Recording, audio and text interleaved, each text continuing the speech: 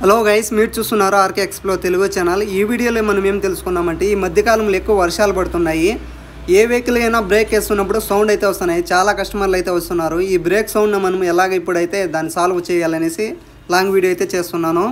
ఎవరన్నా కొత్తగా చూస్తుంటే మన ఆర్కే ఎక్స్ప్లోర్ తెలుగు ఛానల్ని సబ్స్క్రైబ్ చేయండి, షేర్ చేయండి, లైక్ చేయండి. మీ ఫ్రెండ్స్ కూడా షేర్ చేయండి. మీ వెహికల్ కాకుండా మీ ఫ్రెండ్స్ వెహికల్ కూడా ఇలా బ్రేక్ వేసినప్పుడు సౌండ్ వస్తుంటే, ఈ బ్రేక్ సౌండ్ అనేసి రెండు విధాలు అనేసి వస్తాయి. ఒకటేమింటే బ్రేక్ లైనింగ్స్ ఏమైనా హార్డ్ అయిపోయింటే, తర్వాత డ్రమ్లో క్లీనింగ్గా లేకపోతే, లేదా వర్షాకాలం కాబట్టి వాటర్ ఏమైనా లోపల పోయింటే, ఇలాగ రెండిటి వల్ల అయితే సౌండ్ అనేది వస్తుంది.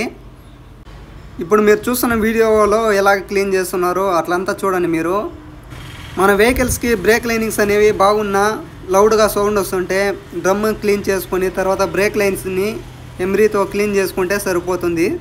దాంతోపాటుగా చైన్స్ కూడా ప్రతి ఒక్క సర్వీస్కి పోయినప్పుడు చైన్ని నీట్గా క్లీన్ చేపించి లూబ్ ఆయిల్ అయితే యూజ్ చేయండి.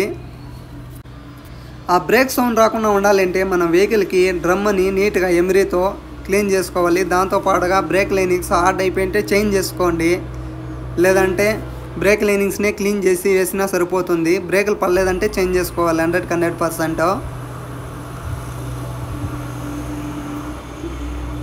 ఈ వెహికలే కాదు, ఏ వెహికల్ అయినా, ఏ మోడల్ వెహికల్ అయినా, ఏ కంపెనీ వెహికల్ అయినా బ్రేక్ లైనింగ్స్ అనేవి సౌండ్ వస్తుంటే ఇలాగైతే క్లీన్ చేసుకుంటే సరిపోతుంది. ఈ వెహికల్కి అలాగనే చైన్ అనేది అన్లెవెల్ అయితే పోతుంది. దానికోసం మా టెక్నీషియన్ చూస్తే ఏమంటే, ఇవి వీల్ రబ్బర్స్ అనేసి పోయినాయి. వీల్ రబ్బర్స్ కాదు, వీల్ రబ్బర్స్, వాటిని కూడా చేంజ్ చేసాము.